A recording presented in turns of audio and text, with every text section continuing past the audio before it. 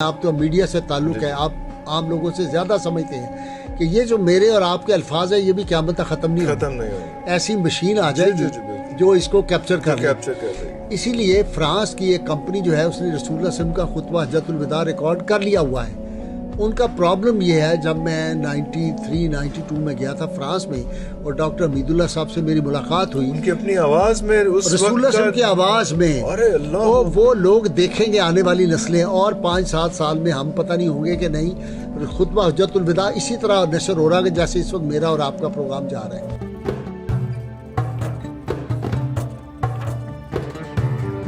السلام علیکم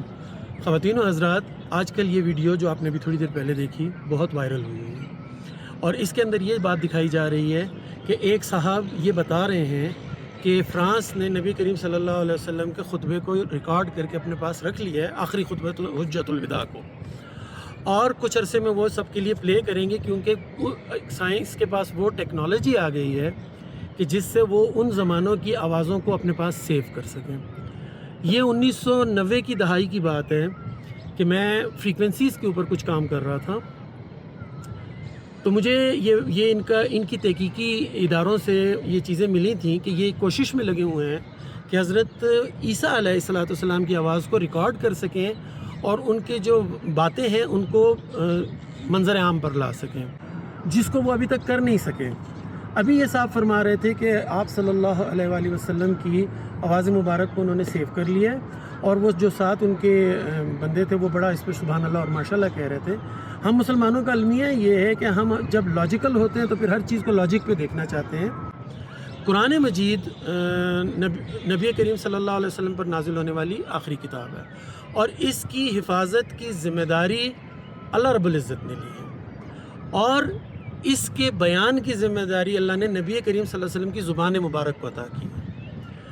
جب کبھی نبی کریم صلی اللہ علیہ وآلہ وسلم نے جو کچھ ارشاد فرمایا، قرآن ان کے بارے میں کہتا ہے سورہ نجم میں کہ آپ جو کچھ بھی کہتے ہیں یہ وحی ہے۔ اللہ کریم نے نبی کریم صلی اللہ علیہ وسلم کی زبان مبارک کو بھی وحی بنا دیا، اس لیے حدیث پاک کو سنبھالنے کا انتظام کیا گیا، اور اس میں 25,000 صحابہ کی زندگیوں کا احاطہ کیا گیا، اور پھر کہیں جا کے حدیث مبارک کو سنبھالا گیا۔ قرآن مجید اللہ کی کتاب ہے،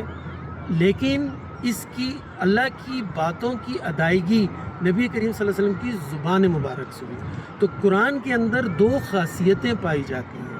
پہلی، اللہ کریم کا کلام بزبان نبی کریم صلی اللہ علیہ وآلہ وسلم۔ تو کیا آپ یہ بات سمجھتے ہیں کہ کسی بھی نبی کی جس کی زبان اور کلام کی حفاظت اللہ رب العزت نے لی ہو، وہ کسی بھی مشرک، کافر یا شیطان کے ہاتھ میں آ جائے؟ شیطان آپ کے الفاظ میں بول ہی نہیں سکتا۔ آج اگر فرض بھی کر لیا جائے کہ یہ خطبہ حجۃ الوداع سنائیں گے،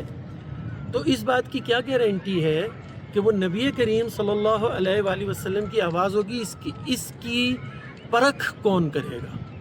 اور اگر اس کی پرکھ نہیں ہے، ایک مرتبہ خطبہ حجۃ الوداع سنا دیا جائے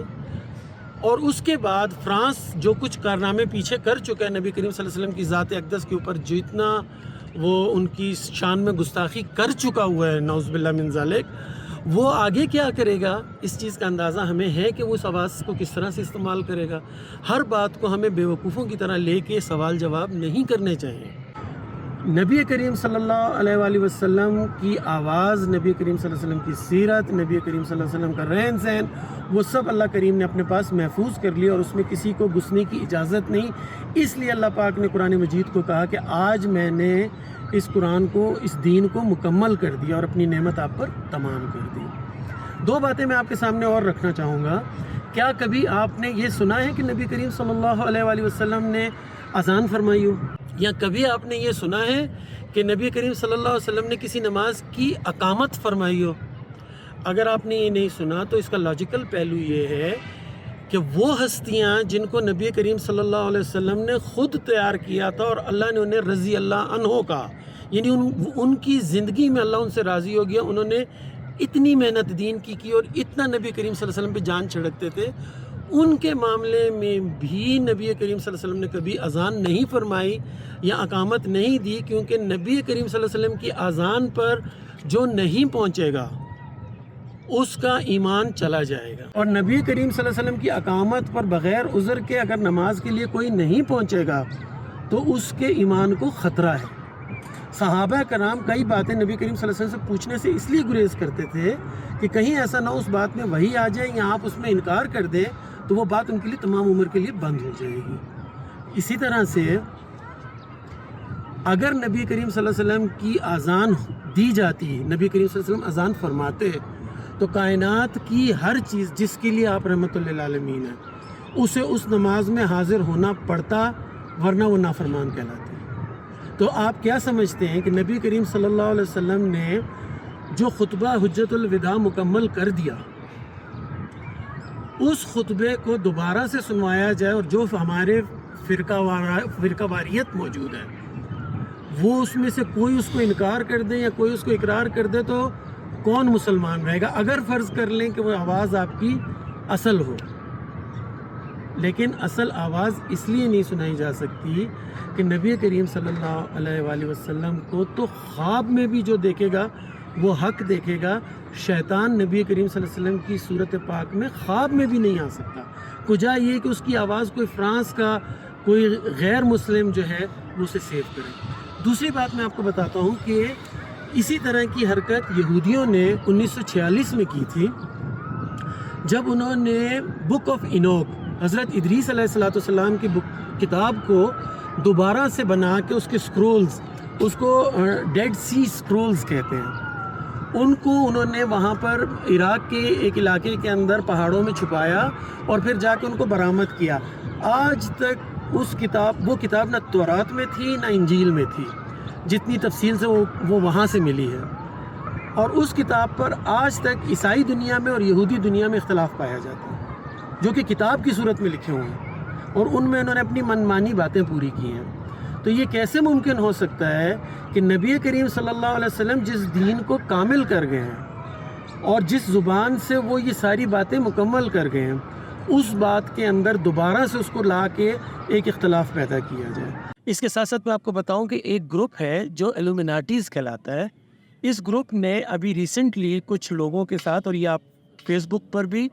اور آپ اس کو مختلف سوشل میڈیاز پر دیکھ سکتے ہیں کہ انہوں نے لوگوں کے فوت شدہ والدین کو سے ملاقات کروائی ہے، ان کی روحوں سے، اور وہ روحیں جو ہیں کس طرح سے ملاقات کرائی ہے، وہ کیا معاملات ہیں، یہ سارے جادوگری کے معاملات ہیں۔ اور جس وقت یہ اس طرح کی چیزیں تیار کرتے ہیں، ان کا مقصد لوگوں کو اپنے چنگل میں پھنسانا ہوتا ہے۔ اس چنگل میں پھنسانے کے لیے وہ اس طرح کے تمام سٹنٹس کرتے ہیں۔ یہ بات یاد رکھیے گا، نبی کریم صلی اللہ علیہ وآلہ وسلم کی نہ آواز کو یہ کاپی کر سکتے ہیں، بلکہ کسی بھی نبی کی آواز کو کاپی نہیں کر سکتے اور نہ کبھی کر سکیں گے، کیونکہ قرآن اللہ پاک کی کتاب ہے، اور اللہ پاک نے کائنات میں ایک زبان کو پسند فرمایا اپنے آخری کلام کو نازل کرنے کے لیے، اور وہ ہے نبی کریم صلی اللہ علیہ وآلہ وسلم کی زبان اقدس۔ قربان جائیں ان کی زبان اقدس پر، ان کی لائی ہوئی کتاب پر، اور اللہ کریم کرے کہ ہمیں اللہ پاک اطاعت اور اتباع کی توفیق نصیب فرمائے۔ وآخر دعوانا ان الحمد للہ رب العالمین۔